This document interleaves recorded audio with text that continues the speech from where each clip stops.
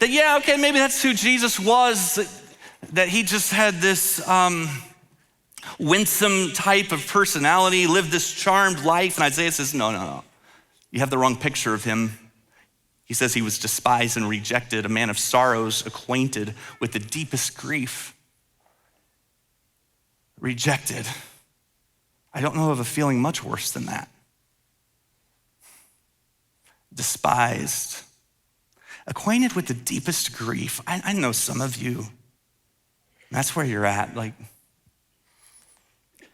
the music is playing and the lights are on.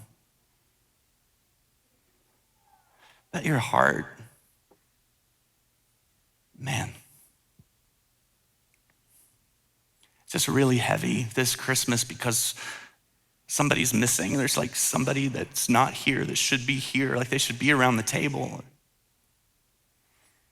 And people around you, they know about your loss and they want to say something, but they're not sure if they should say something because they don't want you to think about it, but they don't realize you're always thinking about it.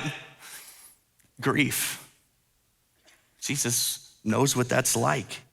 He felt that. He was acquainted with that kind of suffering.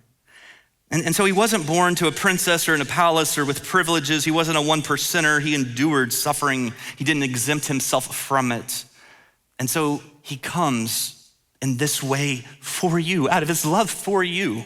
And verse 3 says, despite all of this, we turned our backs on him and we looked the other way. We turned our backs on him and we looked the other way.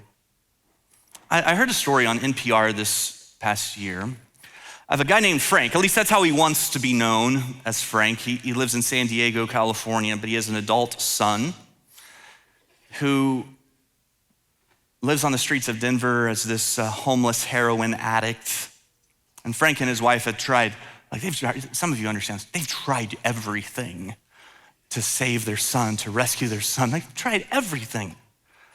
And it just hasn't worked. And so Frank's out doing yard work one day where he's just overwhelmed by this reality that his son is gonna die. Like he doesn't have much time left. And what else can he do? He's tried everything. There's nothing else he can do. But then he has this idea. It seems crazy at first, but before he loses it, he goes in to tell his wife, and he says to his wife, I think I know what I need to do. I'm gonna go to Denver and be homeless with our boy. And so he gets in touch with this guy. His name's Chris Cooper. He's like a homeless advocate in Denver. And Chris helps Frank kind of figure out the general area of where his son might be living. And Frank goes to Denver with nothing, begins to walk the streets until he finds his son one day. And he expresses what that moment was like. My son has no idea that I'm walking toward him. I can see that he can't stand without the support of a building. I go up to him. He sees me. He can't believe that I'm there, and he turns his back on me. I don't even care. I just grab him and squeeze him as hard as I can. For the next week, Frank stays with his son, foraging through the garbage for food and sleeping in the park and slapping away the rats, and he doesn't shower or shave. His clothes begin to smell, get stained. And Chris Connor was talking about how he had helped a lot of parents before locate their kids, but he says, I've never had a parent who went this far to actually descend into homelessness.